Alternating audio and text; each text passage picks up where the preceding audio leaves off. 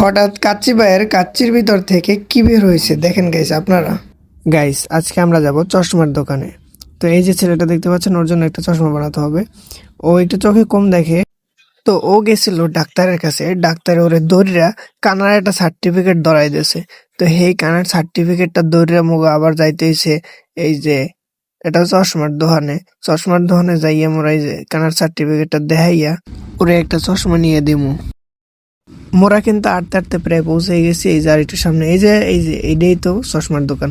এই দোকানের ভিতরে মোরা ঢুকে গেছি। ঢুকে যাই চশমা দেখা শুরু হচ্ছে। এই একটার পর একটা খেলে লাগাই লাগাই দেখতেছে চশমা। একটাও পছন্দ হইতেছে না।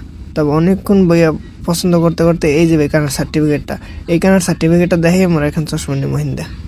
এই যে ভালো করে দেখেন। তো হেরা এই যে চশমা দেখতে বিজি, মুই আবার হের ভিতর দিয়ে একটা ছবি তুলে লাইছি। চশমা বানাইতে দিয়ে ওইখানে এরা আবার প্ল্যান করছে কাচ্চি বেয়ে যাবে, কাচ্চি খাইতে। আমি আবার কইছি আমার কাছে কিন্তু কোনো টাকা পয়সা নাই, তো আমার টাকা কিন্তু তোমাকে দিতে হইবে। ওরা কইছে আচ্ছা ঠিক আছে, সমস্যা নাই, আমরা দিব। ওগোদারে ওইটার মেনু কার্ড দিয়ে গেছে। ওই মেনু কার্ড দেখা ওরা কাচ্চি অর্ডার দিয়ে দিছে। কাচ্চি আসতে আসতে আমি আবার চিন্তা করলাম কয়েকটা ছবি তুললে হালাই। ছবি তুলতে তুলতে এদিক দিয়ে কাচ্চি আয়া পড়ছে। তো আমরা আর ছবি তুললাম না, কাচ্চি খাওয়া শুরু করে দিছে। দেখেন গেছে এক একটা রাক্ষসের মতো খাইতে আছে। কাচ্চি ভাইয়ের কাচ্চির স্বাদটা ছিল অসাধারণ, অনেক সুন্দর ছিল স্বাদটা।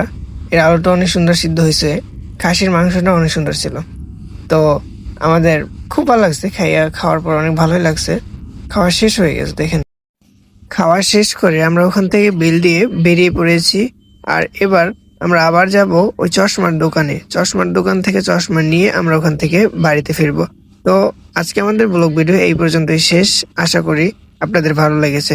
আর যদি ভালো লেগে থাকে একটা লাইক করে দেবেন। ধন্যবাদ।